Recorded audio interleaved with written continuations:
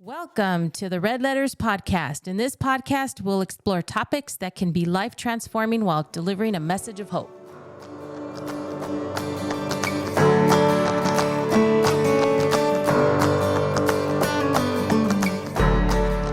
Thank you for joining us on this week's podcast. The topic for today is being vulnerable. Is it good or bad? I'm actually super excited about this topic today because it's a conversation I've had many times with many people, and I actually have a strong kind of passion and outlook on this. But before we get started, let me just share the definition of being vulnerable. I think that would be a good place to start. Yes. So, vulnerable, it says here, it's the capability of being physically or emotionally wounded, open to attack or damage. Let me see. I think that's a good definition right there. So normally when you're vulnerable, you're kind of open to attack, you're open, you're exposed, you're putting yourself out there many times. And why I say, or why the question is whether it's good or bad, is I believe it could be both, depending on the scenario. But for me, one of the ways that I kind of look at that word and how it can apply to our lives is I've chosen in relationships to be more vulnerable for the reason that I realize that it enriches my relationships. Oh, nice. Because when you're vulnerable and you're willing to kind of put yourself out there, and of course, that doesn't mean you just pour your beans out to everybody, but just in relationship to be able to kind of share some of your life or some moments that, can help somebody. I think that almost expedites your relationship with the person, and you're actually, growing a tighter knit relationship instead of just a surface relationship where you're always just saying hi and bye to the person and it never goes deeper. I think for a relationship to go in, to get any depth at all, it's going to require vulnerability. I know many times some people are afraid of that because they've gotten hurt, and that's the bad side of being vulnerable. Tony, you said that you came to realize that vulnerability was a good thing because of your relationship. So does that mean that there was a point where you weren't vulnerable, and what did that look like? I think many times I realized that I was vulnerable, and I didn't really know that was the word. I was in the process of acting out vulnerability without knowing what the word meant. But it was more like I always wanted more in a relationship, whether it was just a guy friend or a relationship with a girl, whatever that looked like. I always wanted more. So I felt like putting my best foot forward was always the best first step to get a deeper relationship with the person. So I don't know if that answers the question or... No, yeah. So it meant you had to put your guard down. Yeah. Okay. I had to put my guard down because initially I would put my guard down and I didn't know that vulnerability is something you actually have to manage. Yeah. Because I would just be vulnerable in the beginning, and I did get hurt. And then after a while, I started realizing that vulnerability is something you manage in order for it to be a blessing in your life. Right. Yeah. If you don't manage it, it could be a curse because then anybody and everybody will take advantage of you. Yeah. I was actually talking to a young guy, I think 2 or 3 weeks ago, and we sat down. I didn't even know the guy, but he wanted to talk to someone. So somebody gave him my number. We met up and had lunch, and I was talking to this guy. He's probably 30-year-old, something like that. And he turned around and he goes, let me just get to the point. I go, okay, what's that? And he goes, everyone says I'm a nice guy and I'm likable. And I used to think that was good, but now I hate it. Oh. And I go, wow. And he goes, yeah, I like despise it. I go, why? He goes, because I realize everybody steps on it, steps on me. I get the raw end of the deal.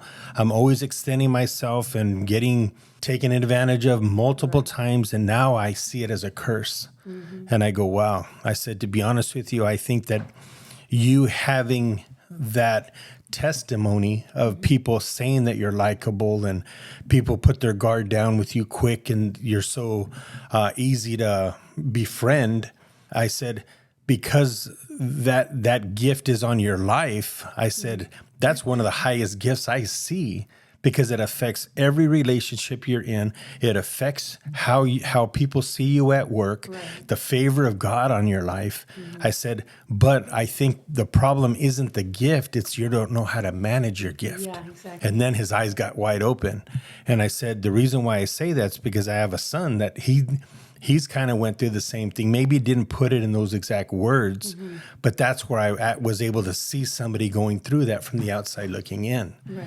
And I said, but one of the things I explained with him is I said, after I learned how to manage vulnerability and was more intentional about participating in that in all of my relationships, is that I know that when I'm vulnerable with someone, I might share something and they could actually, just like that definition said, I could be attacked with it. Right. It could be used against me. They could throw my past back at me. But I'm sharing something that I know I'm willing to deal with if it comes that way. So I'm not foolish that I'm just throwing everything out there, but I have enough trust and faith that I'm managing it correctly based on this relationship, and I'm using discernment and wisdom in this conversation, that it's going to be a blessing to me as well as to them. Right. And it would help the other person, like this young guy that I was talking to maybe move forward in that gift and not see it as a curse anymore, because if he was willing to manage it, his whole outlook, the plan for his life could change. Yeah. If he learns how to use that gift on his life.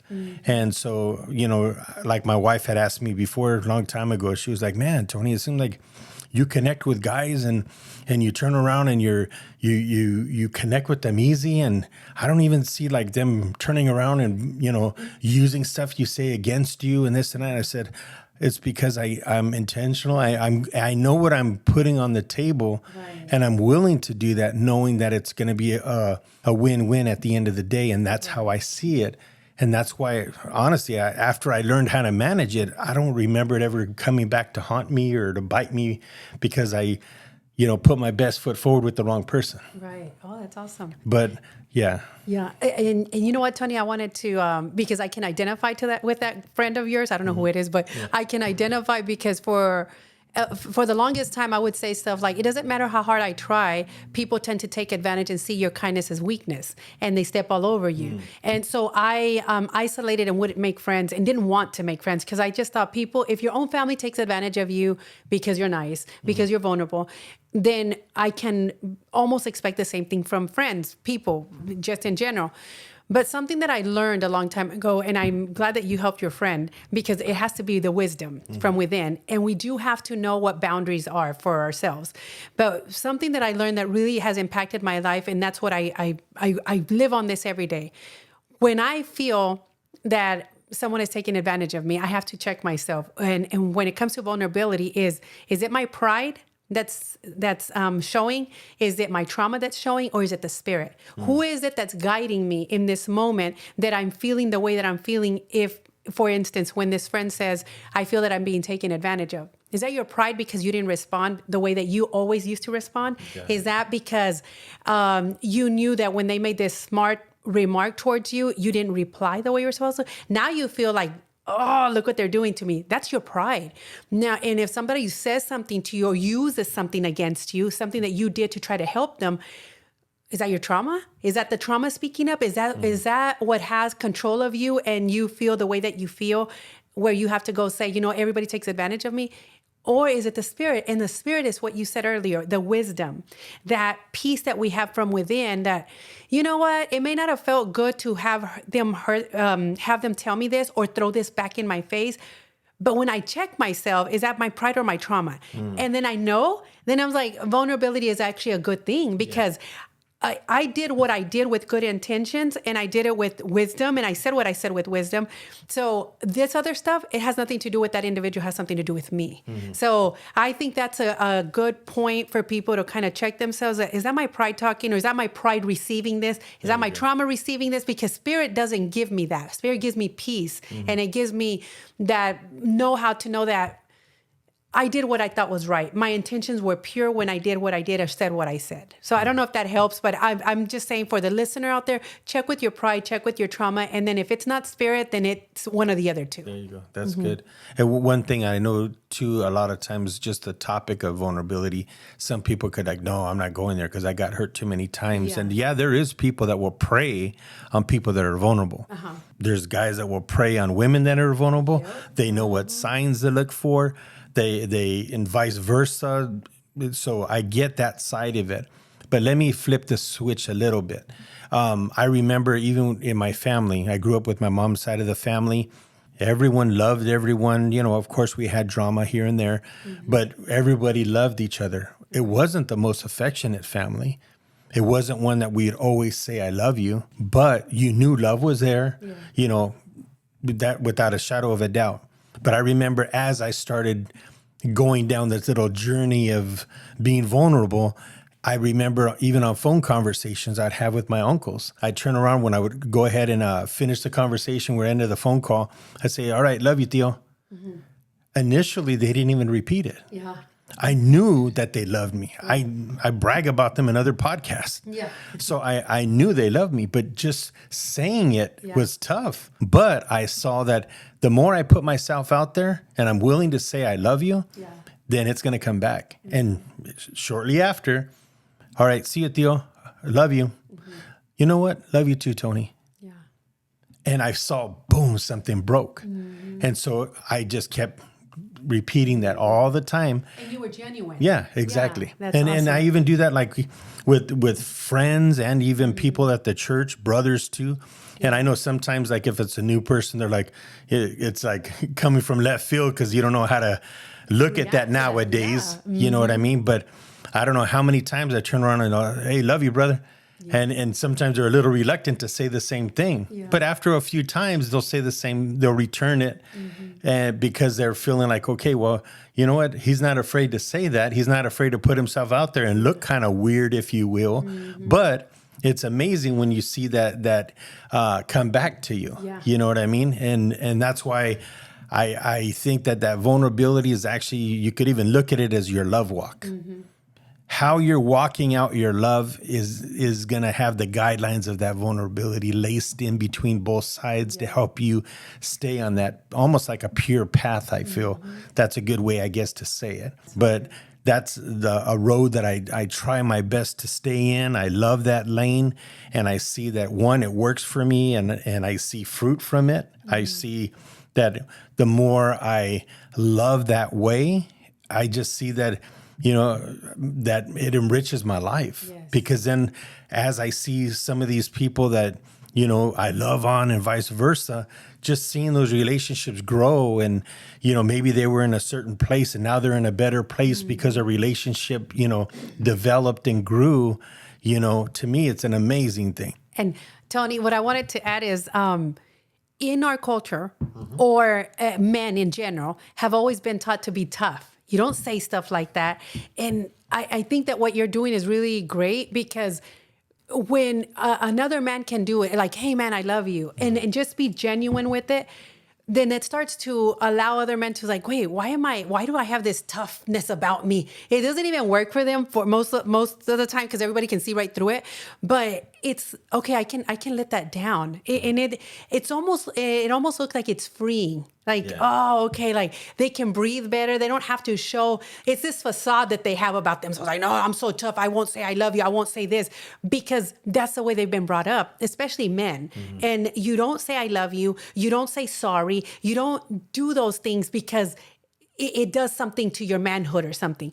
But I love that you're the one saying this today and you're the one talking about it because I think it's important, and especially for men raising other young men, it's important to say, I love you to your son. It's important to use those terms of endearment, like my love, this is my kid. It's important to do that. And not just to other people when you're talking about your family member, your son, your brother. It's to do it to them. So your son will feel this like, oh, then I too can love and be okay with it. I too can, because I do believe that most people do love one another or love others.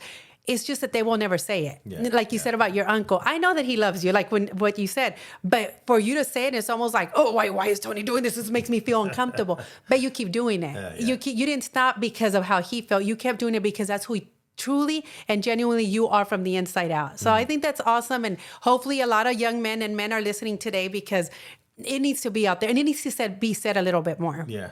And I catch myself many times just like in conversations with like some guys will say, hey, can I go out and, I want to talk to you or whatever. I don't know why, but somehow this ends up becoming one of the first topics that we talk about. Really? Last week, a guy had turned around and told me for a couple of weeks, hey, I want to get together with you and this and that. Okay. So we finally met. I think it was Thursday. So we went out, had lunch. First time I sat with this guy one-on-one, and we're talking about this. And he goes, I wanted to meet with you. You're a little bit older than me and I have a family and stuff, but I want to try to be a better husband now. I want to be a better dad. I wanted this, and that. And I just felt like I wanted to talk with you. Yeah. And I was like, oh, okay, well, I'm honored that you picked me.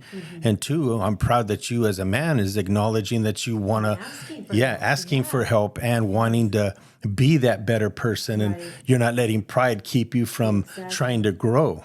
And he goes, yeah, but I wanted this. And he was explaining like how much better he wants to be.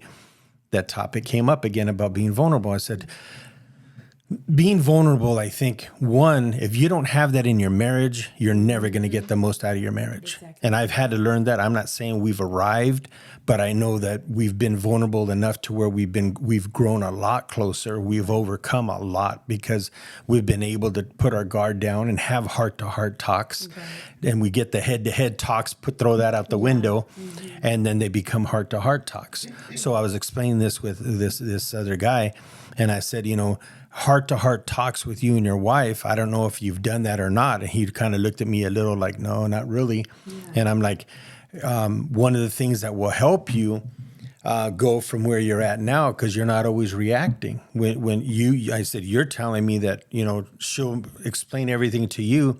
And then when she says, hey, how are you feeling? You just kind of like stay in your cave and you're just not really interacting. I said, going from where you're at there to actually having a heart-to-heart conversation where you're putting your heart on the table and just say, hey, look, I'm going to come out of my cave. I want to go ahead and put a piece of my heart on the table. Please understand here where I'm coming from. Don't judge me. Don't beat me up. But maybe we could process this conversation and grow in our relationship. Right. I said, between those two things, it would help for you to reiterate what she's saying when she's done talking. Instead of you not having a response, why don't you just go like this? Here's what it would look like. Wife, I'm not going to say the wife's name, but what I'm hearing is, and then reword what you just heard her. Exactly. So that she don't think you just clocked out and you're just staring at her. And I said, so I think that's a big baby step, but eventually to get to a point where you can have a heart-to-heart talk, you're going to have to be willing to be vulnerable. Yes. And that means, pride's going to have to go out the window. Yep. Everything. You have to just look at, hey, at the end of the day, I want to grow old with this woman. I want to be able to enjoy her. I want to enjoy the life that we've dreamed of. Yes. And in order to get there, you can't get there without being vulnerable. Right. That's just my opinion. Whether you go to church, you don't go to church, any of that. I think that vulnerability is, like I said, almost like it helps reinforce your love walk. Yes. Because then it's more genuine, it's more heartfelt. And again, I'm not saying I perfected it, but I try my hardest to use that filter just going through life. Male, female relationships, any of that. Right. And so in relationships, Tony, I'm glad that you brought that up. when a woman is in a relationship for a long time with her husband, and then he starts to become this man that she's always wanted, for him to be more open with her, for him to talk to her, for him to let her know what he's feeling. Once he starts doing it, women, don't make fun of him, and don't go behind his back telling your best friend or your sister or even his mom, like, can you believe he was sitting here and just pouring his heart out to me? Because you will do that, and they will close up immediately, because it takes, I believe, a lot for a man to open up and become that person that we're, as women, we're asking for. And then once he starts doing it, then we start, the women, the wives, either make fun or tell him something like, well, that didn't sound very manly, or why are you acting like that? So I don't think, for the women listening, if that's what you want from your husband, then when he starts being open to you, sit with it. Don't run and try to judge him for it. Don't run and talk to your friends about it. Just sit with it and allow him to become the man that you've been praying for and wanting. So I'm glad that you shared that. Yeah, otherwise it might take forever for him to come back out of that cave. Exactly, Because he'll retreat real quick. Yeah, exactly. For me, like this last conversation I had with this young guy, when we were talking about it, I had to share some of my experience on getting to where he is and I was to where he wants to be. So I had to share some of those experiences in my life. Yeah. And I shared some of the not so great moments we had in our marriage. Right. And that the only way to heal was to be vulnerable. And I know I'm almost abusing that word, but I'm doing it on purpose. Yeah. Is that I told him that that's the only thing that's going to help expedite this process. Right. Because you could not be vulnerable and it's going to take your journey a whole lot longer. But I had to share certain parts so that he could see that, oh man, this guy was there where I'm at, but there's hope for me to get there because he had this stuff. He had some dirt that's probably worse than my situation. But yet, because he did this, and that, and took these steps, he was able to get his marriage to a different place now. So like with him, that's how I managed it. I had to share some things that kind of bridged the gap between where he's at and where he would like to be. Now, if it's somebody else that isn't married and they're having a let's just say they're in the workplace and they're having a hard time talking to their boss, they want to do more and this and that, and they feel like it's a competition at work. You know, like I had a conversation with another guy regarding that a while back, and I said, you know what? I said, maybe you need to try. I know it's going to sound weird, but maybe with your supervisor, try to have a conversation with him off to the side. You know, I'm not saying 100% heart-to-heart talk. It might sound weird like that, but at least let him know where you're coming from so that he could see what your motivation is compared to these other people that are trying to get this one position. You know, and then let him know, hey, I'm willing to come in earlier, stay later, work, harder, whatever the case is. If there's anything I could do as quote unquote homework to come back and to get better at this craft so that I can move up in this company, then so be it. So it's just really like what area do you need to improve? What area does somebody need to improve in? And if there's any parts of me that can help them see that you can get there.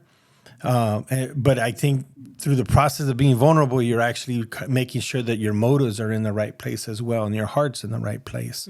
And I think being willing to share your heart is a big deal. Right. Like I said, whether it's in the workplace, in a marriage, in a friendship, in anything, I just think that that's one of the biggest things and one of the most important things. Oh, yeah. But I don't overextend it either. I don't turn around and try to give out everything just to say I'm vulnerable. No, yeah. That's silly. That's not wise. I don't think that's smart. It's just, here, let me give a little bit and then see how that works. Yeah. And then for the time and place, like things that are going on, then you use enough to help that individual get through where it applies. There you go. Uh-huh. No, I guess too, I'm thinking about people who might, who have had painful experiences or have been really hurt because of vulnerability. And how do you get to that place where you can step out and be vulnerable again? So I'm thinking about pride and trauma. Yeah. Yeah. It's like what filter you're looking through. Yeah. Yeah. Well, I'm saying it goes back to, how do you process yourself out of that. Oh, okay. Yeah. It's Do you know just- what I'm saying? So Yeah. that you can be vulnerable again. One thing I will say, it's always scary. It's always nerve wracking because there's so many what ifs Yeah. once you put yourself out there. But I've just learned that it's not really a fear for me no more because I've seen so much more good fruit come from it than bad fruit. So fear for me in that particular area is not even an issue no more. It is in the beginning, whether it's you and your spouse going to talking about a conversation that's super sensitive that you can't talk about, that's emotions are are going to go haywire, but that's so rewarding when you can learn how to do that. Yes, and I think Ida, what you're asking then would be that you want to know how you would put yourself back out there after being hurt. Would be you just try it, just take that chance on yourself because if you can always keep in your mind what their reaction and what they did has nothing to do with me. It really wasn't about me. So if your vulnerability, if it's pure and it's intentional and it's genuine, then whatever their reaction is, you have to be okay with leaving it there. But when we haven't, dealt with our own stuff, we tend to pick it up and say, oh, she didn't like this because of me or I did something wrong. So I would actually just start practicing with somebody that you love or somebody that loves you and respects you. And when you're vulnerable with that person and they react in a way that you didn't think they were going to react, then you check yourself. And it's like, oh, Mary's going through a lot of stuff. That's why she reacted like this. But it doesn't have anything to do with Ida. Right. So it's those little exercises, if you would, that you start there. It's like, okay, because I think we all really want to be that way. I think. But a lot of us hold back because like, no, they're going to hurt me, or I know what they're going to do, or I know what they're up to. So we put that guard up really quick. So I would say start putting that guard down slower and then allowing yourself to be in those situations and then see it for it's their issue, not mine. Yeah. For me, I'm too vulnerable. Like I'm very vulnerable, but at the same time, my mindset tells me I don't take it to heart how people think. I'm willing to be vulnerable, but sometimes I could be too vulnerable. I don't know if I'm saying that right or not, but I think the way I'm understanding it is vulnerability, managing it is knowing what to say and when to say it. And I think looking back, the times where I got hurt from being vulnerable was when I overshared. And I shared things that were not applicable in the moment. And it was just me kind of spewing out stuff that's like, oh, this happened to me. But it didn't really help the person. And then if anything, you leave like, oh my God, what did I say? How did I say it? Why did I say that? And I know you do that, Mom, a lot. no, I do that a lot. Where she'll leave but and I'm she's at like, the wait, point did I where say I'm too like- much? No, I know. Did I say too much? Yeah. But I don't let it affect me because in my mindset thing, I'm always getting my foot in my mouth anyways. But you do let it affect you because you leave. Well, with you. no, No, not with with you. me. But no, I see how you leave a conversation. You're like, Ruth, did I oversay? Did I share too much? Did I say it weird? Did you understand what I said? Yeah, that's You true. start to like Yeah, because mess with Overthink it, yourself. yeah. Yeah. I overthink it. Yeah. I think a good way to a good perspective when we're doing this is that once you put yourself out there, and let's just say it's used against you some way, some shape, some form, you could turn around and put up a wall and turn around and, oh my God, I'm never going to do it again. But the healthier way to look at that is that it doesn't tell. When they did that, it doesn't tell you something about you. It tells you something about them. And what they're going through. Yeah. Yeah. So then that's managing again, because that same person, You take I control. won't, I'll back up now a little bit. I'm being vulnerable with that person because I saw what they did last time. I'm not going to X them out, but I'm going to not run to put myself out there so quick with the same person because I saw what they did. Right. You see what I mean? So that's even part of managing it. But it always says something about them, not so much about you. Yes, So exactly. when you take it personal, then you get closed up and that vulnerability don't work. And then that hurt is what's going to keep you protected. Well, maybe it's not so much vulnerability for me. Maybe it's just I need to be quick to hear and slow to speak. Practice just listening more and speaking less. Well, I'll say something funny here because when I hear all the topic about vulnerability back in the day when I would hear it, I was like, oh, how's the best way to approach this? And I'll never forget that song with Eminem. on 8 Mile when he goes up there and he starts telling the other guy, the opponent, everything about his life. And then he says, now what do you have to use on me? And I think that's wonderful because you know what? I already know all the mess ups in my life. I already know everything that I've done wrong. I've accepted it. I've forgiven myself and I've asked God for forgiveness. So now if you're trying to use it against me, well, I already told you what it was. So now you can't use it against me. And it goes back to what Tony said. This says something bigger about you than it does about me. So, and then if I know it takes a while to get to that place, but I always do that to myself, whenever I hear somebody's like, oh, Mary did this. Yeah, but I told it, I put it out there. So it's not a big deal that now you're throwing it back in my face. I know what you're trying to do, but in reality, I see your pain more than I see what I went through. And I think for those who struggle to be vulnerable, I would suggest I would advise go and watch that movie 8 Mile and see what Eminem does. He tells it all. And this is Mary from the South Side. There you of go. heaven. From the South Side, yes. Oh my goodness. Okay, so in closing, it's okay to be vulnerable, men.